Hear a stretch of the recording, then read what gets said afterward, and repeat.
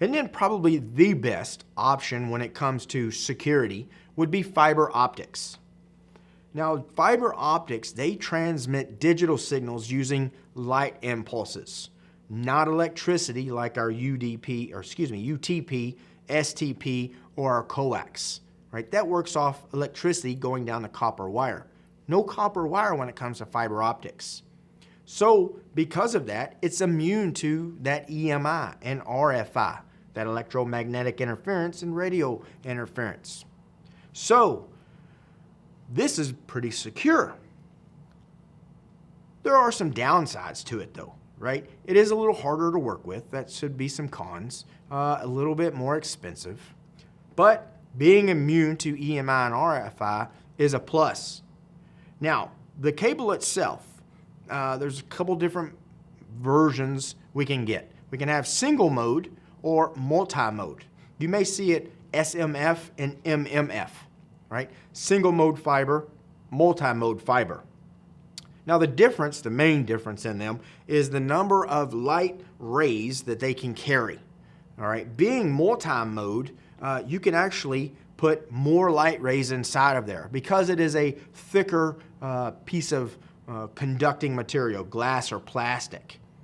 So it is a little bit larger. Well, actually it's quite a bit larger, probably about 5 times larger, 6 times larger than single mode fiber. Single mode fiber is a tiny, tiny, tiny piece of fiber, but it is extremely fast, and you can only put one light ray in there. You use single mode fiber usually for longer runs, right? It can go up to many more kilometers than multi-mode. So single mode is usually for longer runs. It can transmit data faster as well because there's not as much bouncing going on inside of the medium itself. Now, multi-mode is usually for shorter distances, maybe between buildings, because it can carry more data, but maybe not as fast, because we can put more light rays in there, right? If I had a bigger tube, I could bounce a light ray off the top. At the same time, I could bounce one off the bottom. Same time, I could bounce one off the side, maybe change the angle a little bit. So I could fit more data inside of that cable as it's going down, as the light beams bounce off the sides of the glass or the plastic as it makes its way to the other end. Single mode, being smaller, doesn't have as much of that bounce. That's what makes it a little bit faster. Or I should say, it may not have, I can't say it doesn't have as much, but the bounces are shorter, they're smaller, so it can go a little faster. Does that make sense? That might clear it up a little bit better. Now again, those pros and cons of fiber optics. Pros, immune to EMI, RFI. That's good. It can transmit up to 40 kilometers. That's a pretty good little run, about 25 miles, right? And then we got to hit something that will repeat that signal for us, or you know, if we're in some type of data converter or whatever your infrastructure is. So that's pretty good. It's harder to tap into a fiber optic cable, right? I can't necessarily just, you know, pull back the coating for fiber optic cable and clamp on some alligator clips and get that get that signal off of there, right? Because there's no electrons. It's glass. It's light. So I can't really, it's harder to tap into. You got to get to the ends to make that happen. Cons, it's difficult to install. It is kind of hard to work with. I've done it a couple of times, and you have to have a really steady hand, especially that single mode fiber, because it's tiny, tiny, tiny. It's smaller than a human hair, right? But you got, you know, you're working with it. You may have some magnifying glasses if you need, but you know, working with that is pretty difficult. It's more expensive than twisted pair, probably more expensive than coax as well.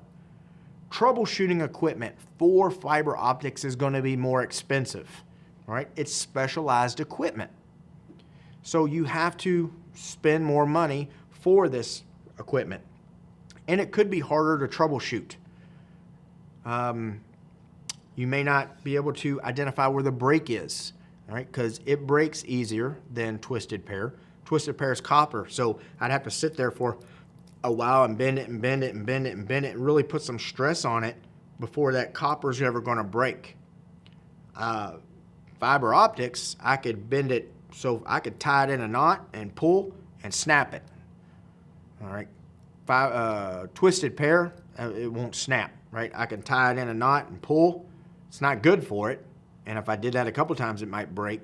But fiber optics, as soon as I do it one time and pull tight, it's going to snap inside. You might not see it. You might not even hear it, but it's going to crack inside there. And as soon as that happens, light's going to start escaping. You're not going to get your data.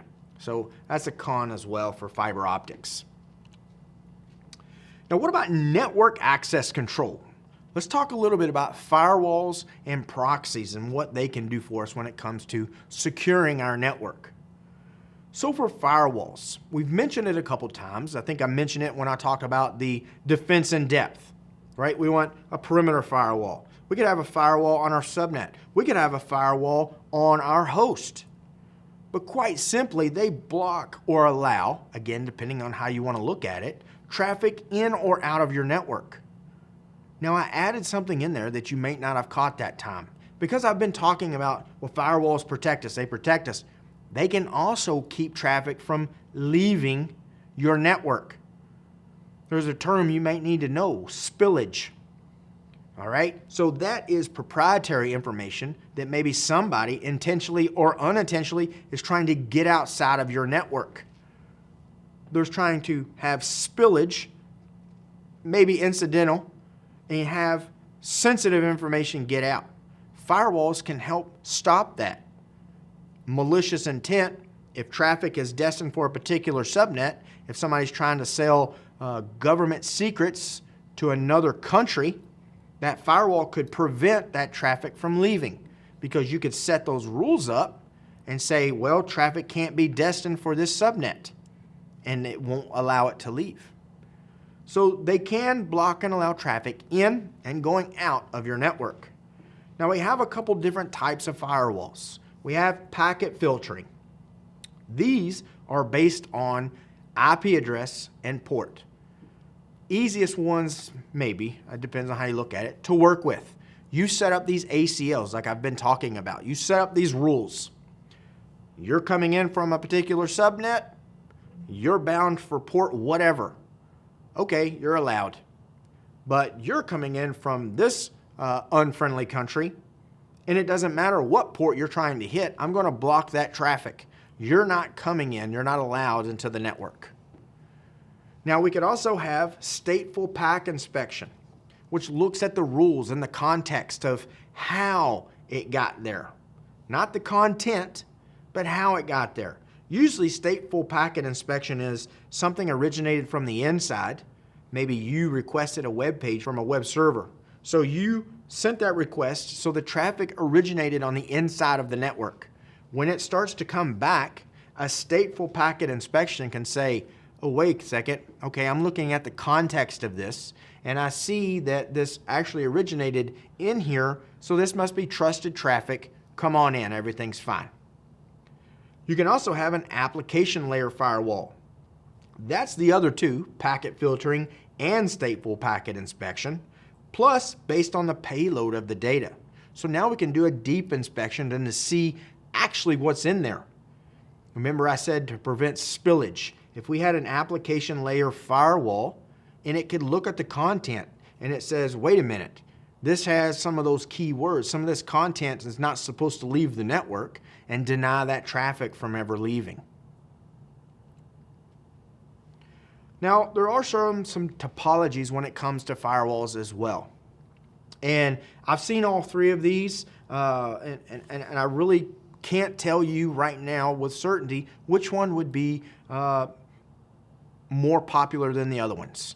A dual-homed firewall, all right? We have the public network over here and the private network over here, and we may have a router. That's normally how it's set up. That's probably how you have it set up in your home. But let's say that router is, we put a firewall in there. Let's say we just take the router out of the equation right now. And the information comes through. Here's our public network. It hits the firewall. So we have a connection here on this side of the firewall, And we also have a connection on this side of the firewall. It's dual homed. It's touching two separate networks, a public network and a private network. Now, what about a screened firewall? Well, we could screen the firewalls as well and have a firewall here and a firewall here. And now we have this empty space in here. Well, this empty space, which we're going to talk about in a second, is a security zone called a DMZ, the demilitarized zone. And what we put in there are public-facing services, but still under our control. Because this is not really a public network, but it's not super private yet either. Because we still have two firewalls here. So we have a firewall on the public side and to the DMZ, a firewall on the DMZ and to the private side. We could also have a screened subnet firewall. Now this is one firewall with public connection, private connection, but it also has a connection off for the DMZ. So it's got an extra port, and it's actually labeled DMZ because it knows you can put things in there. You're going to have different security zones. So let's talk about those security zones, like our private LAN. Easy one to understand. That's our network. That's our network on the inside, right? That's our private 192.168 addressing that we talked about a little earlier, or the 10 network. That's our network. We want to secure that as much as possible. Then we have the public zone, totally unsecure, unregulated, if you will, as far as what security comes. We can't trust anything out there. Don't trust the public zone. So we have the public zone and we have our private zone. And then remember, in between there, we have our DMZ, where we could put public-facing services like web servers, the load balancer we talked about earlier. We could put a load balancer there and our web servers down here. They're public-facing. They have to have public IP addresses so people can reach them, but they're still under our control. It's part of our infrastructure.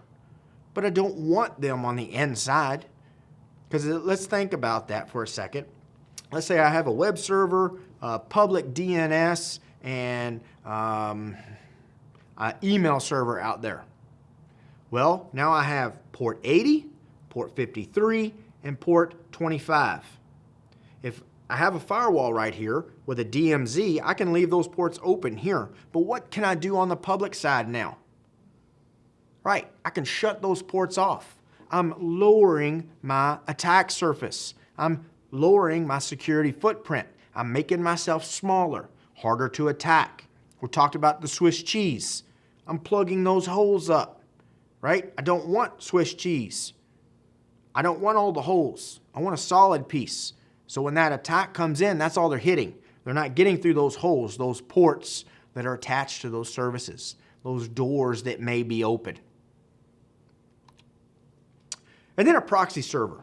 Proxy servers, they have a multitude of roles, but they usually do something on your behalf, right? If you have a proxy, somebody is working or doing something on your behalf.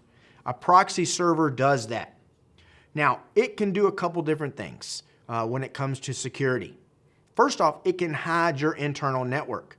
So we can have a proxy server sitting on the perimeter. We could have a router here still. And what happens is all the traffic goes through the proxy, and when it comes out the other end, what everybody in the world sees is just the proxy. They don't see our internal network. They don't see all this traffic back here because the traffic's hitting this proxy server. And now it's masking what's on the inside. So that gives us a sense of security. It can also do content filtering. I used to work at an elementary school, and we had a proxy server for this exact purpose.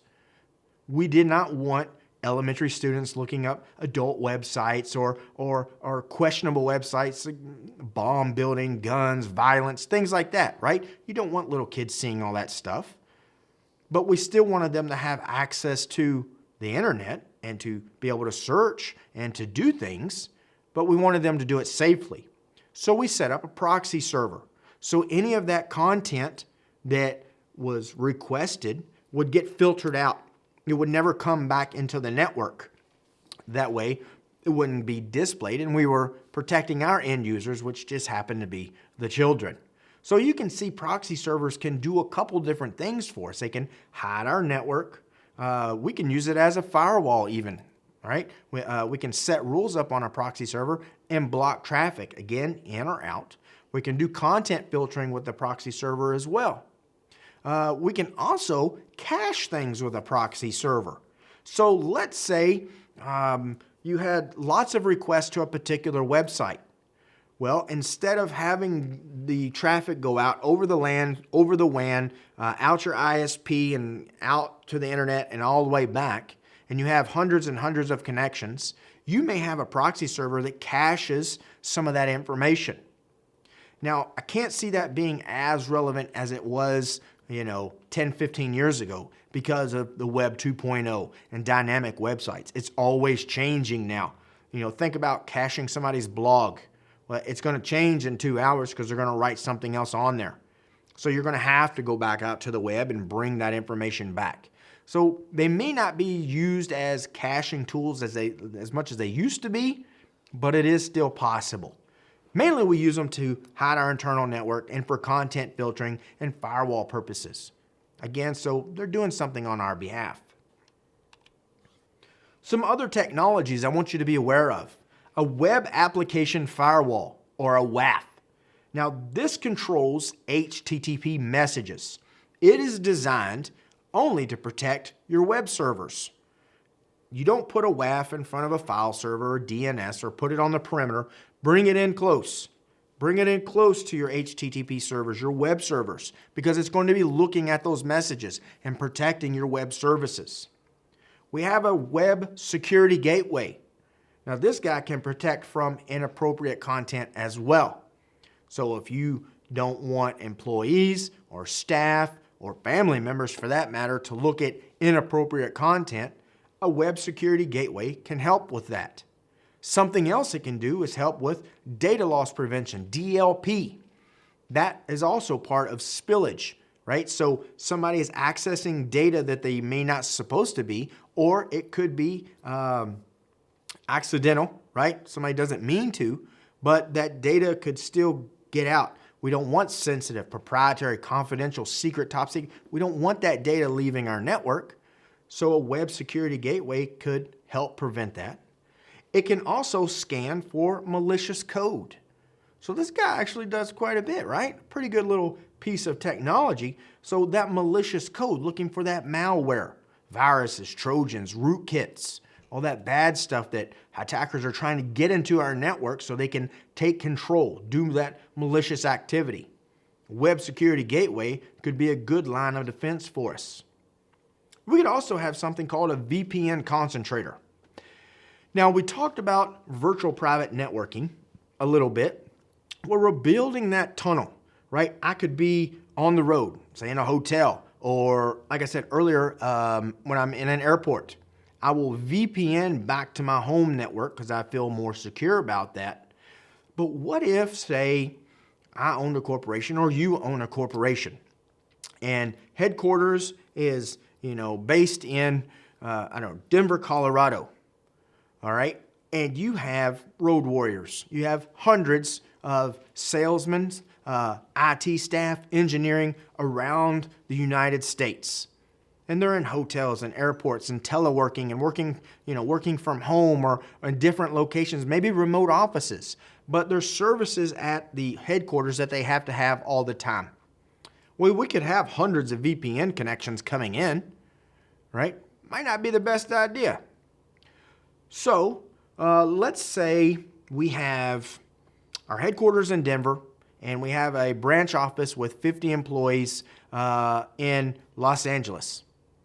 And they need to access our data. Well, we might not want 50 separate VPN connections. What we will do is set up what they call VPN concentrators. Put one in Denver and one in Los Angeles. And they will concentrate that signal between the two.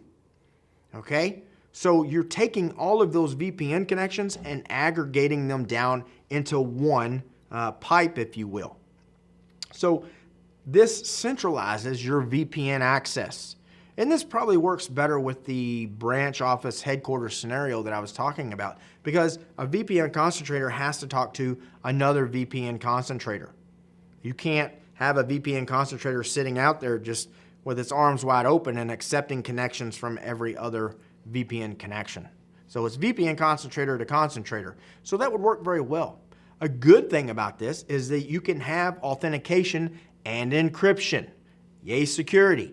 That's what we want. We want people to have to be authenticated, and then that data in transit, encryption, protecting our data. That's what we want. VPN concentrators can do that for us. We can also have a URL filter, that Uniform Resource Locator. Now, this is a list of sites to either allow or we can deny. That's quite simply all that it really does. It looks and says, wait a minute, you're not supposed to go to that particular website. I'm going to say no, because it's in my filter and it's under deny. We can do content inspection, which is actually looking at the page's content and say, well, you squeaked by the URL filter. You got clever maybe. Maybe you put in the IP address instead of the something.com. So you squeaked past the filter, but now content inspection says, oh, wait a minute, that's an adult website. You're not supposed to be on that adult website. That's against corporate policy. That's a no-no. So we can have content inspection that looks and sees what you're looking at. Could look for keywords, could look for graphics, could look for whatever content that we set up. And different filters, look for different things. We can also have malware inspection. That's great to protect our organization, to protect our network and our end devices, because what it's looking for is malware in the connection. It's in addition to maybe antivirus that you would have on your system. So all of these other technologies are great when it comes to protecting our organization. At least they're great in my opinion. So we talked about these networking devices and all the media that we have connecting them together, the twisted pair, untwisted pair, unshielded twisted pair, fiber optics. However, we're connecting all that together, but where's the other end of the cable going? Well, it's going to go to end devices. So we also have to have endpoint security. And if you think about it so far, we've talked a lot about defense in depth, but we've talked about our security policies. We just got through talking about our networking devices, so we can have a router with an ACL, we can have a firewall, we can have the DMZ, we can have switches with port security, we can have anti-malware, content inspection, WAFs, web security gateways. We have all this out here protecting us. Now we're down here to the endpoint security. Up-to-date antivirus, up-to-date anti-malware software will help protect the endpoint. The endpoint is the end of the communication, the end of the cable, right? Where the end user is sitting. So when it comes to endpoint security, there's never such thing as too much, unless you have antivirus or anti-malware that conflicts with another program. That's the only way I can see that would be too much. We want to have a configured and operational host-based firewall. Now, most modern operating systems that you can get today, they have that built in already, right? So you don't have to go get another one, though you can if you feel more secure, if you like a particular vendor, or you've already have a site license, or you've already paid for one legally from another vendor, then yeah, put that on there.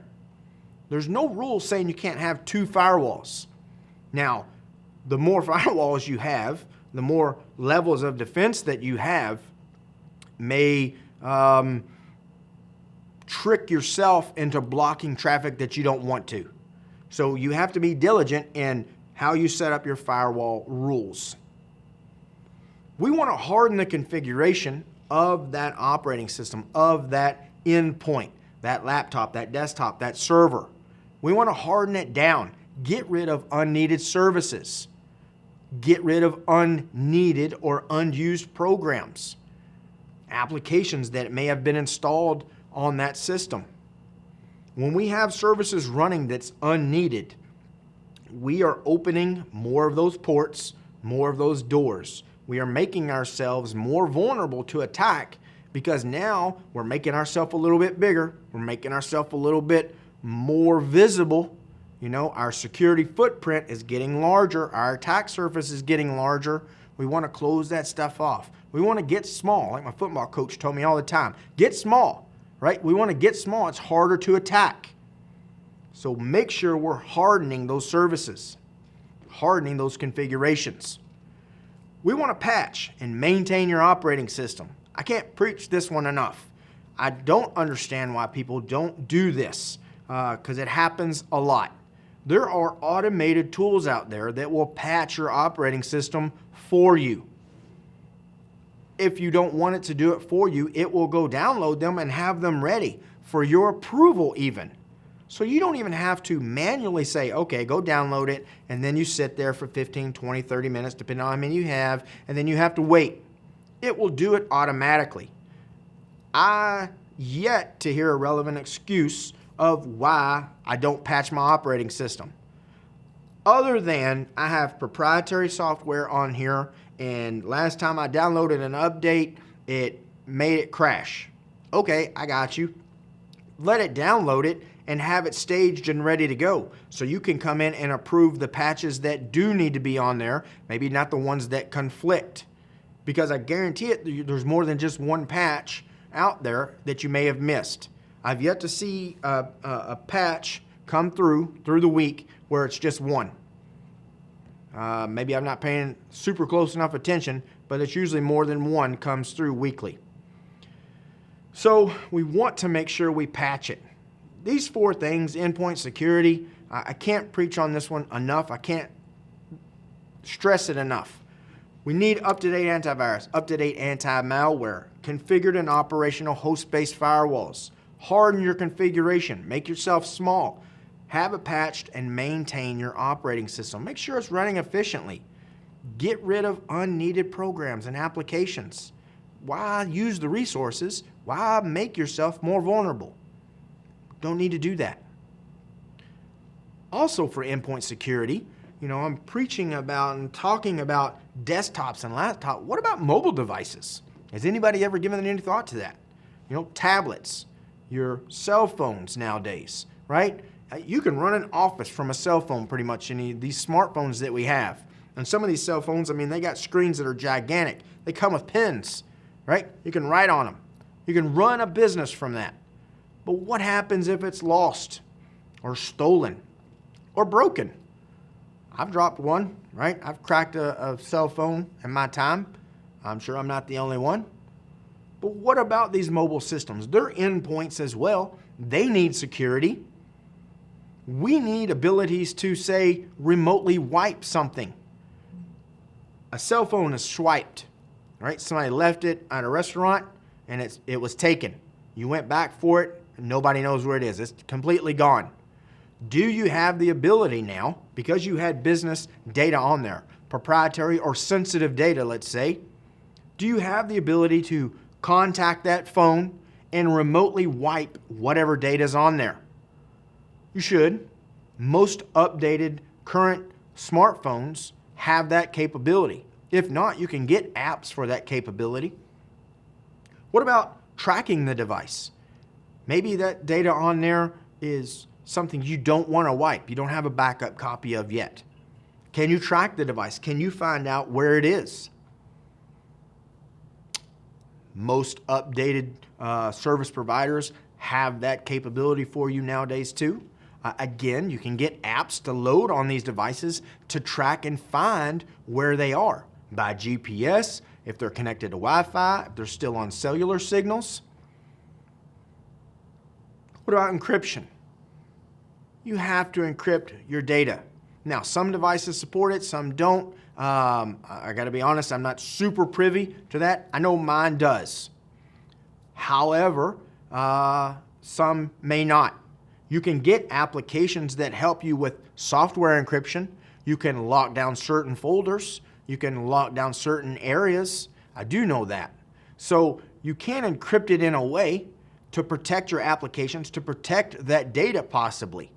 Because if somebody does swipe it, what if they can unlock it What if they were social engineering you or shoulder surfing and they were standing behind you in line waiting to be seated for lunch, and they noticed that when you picked up your phone, they noticed your PIN? It's not hard, right? You can just look and people just hit it, right? And you just watch the 4 digits, 6 digits, whatever it is.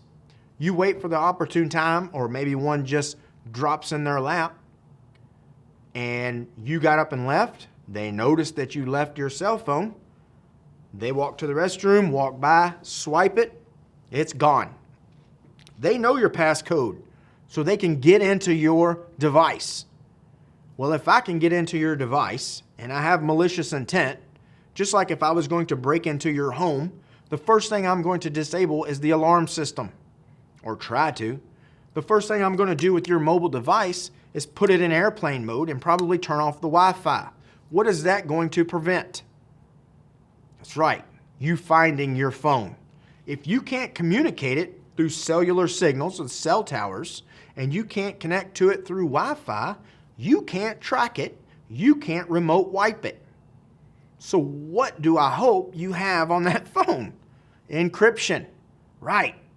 You may never get the phone back, you may never get the device back, but at least your data is safe. If you use some type of encryption, it's probably going to take the attacker a long time, years, if not hundreds of years, depending on the encryption, to crack your code, to crack the key to get that data. So I can't stress enough how important encryption is. Endpoint device encryption is important, not just on your desktops and your laptops, but tablets, those mobile devices like your cell phones. Another thing about them that I don't have listed on here is antivirus and anti-malware for those devices as well. They can get viruses, they can get malware on them. Not to call one particular out, but I've seen, security reports and Android, right? One particular year, I think it grew by like 2,400%, the malware on those devices. Well, that concerns me. So I have antivirus and anti-malware on my devices because I want that endpoint security. Now, what about content distribution networks, CDNs? Now, these are large distributed systems of servers deployed in multiple data centers all around the internet, globally. They're all over the place. Now, the key enabling technology behind successful consumer-facing sites and verticals such as media and entertainment, software download delivery, gaming, and e-commerce is this content distribution network. So think about popular streaming services that you have out there, like Netflix. Okay? Netflix may be headquartered somewhere, I don't know where, probably on the West Coast. But do you think that customers on the East Coast are streaming media all the way across the United States? Or do you think Netflix, the company, has set up something like a content distribution network, so when you request something, it looks for the closest network or data center to your particular region, and that's where you're pulling your data from? Probably so. Amazon has web services that do this. Microsoft and their Office 365, they have content distribution networks, all global. So no matter where you are, you can get the same content, but you'll get it faster and better and more efficiently from a data center that's closest to you. So we'll give content owners and publishers the ability to rapidly scale to meet increasing user demands. So you may have one of these in your organizations. So the goal of a CDN is to serve content to end users with high availability and high performance. The closer we are to that dictates it's going to be higher performance. I don't have to stream it or copy or move that information very far or across countries. Now, coming up, next we're going to continue on with Domain 4, starting with design and establish secure communication channels.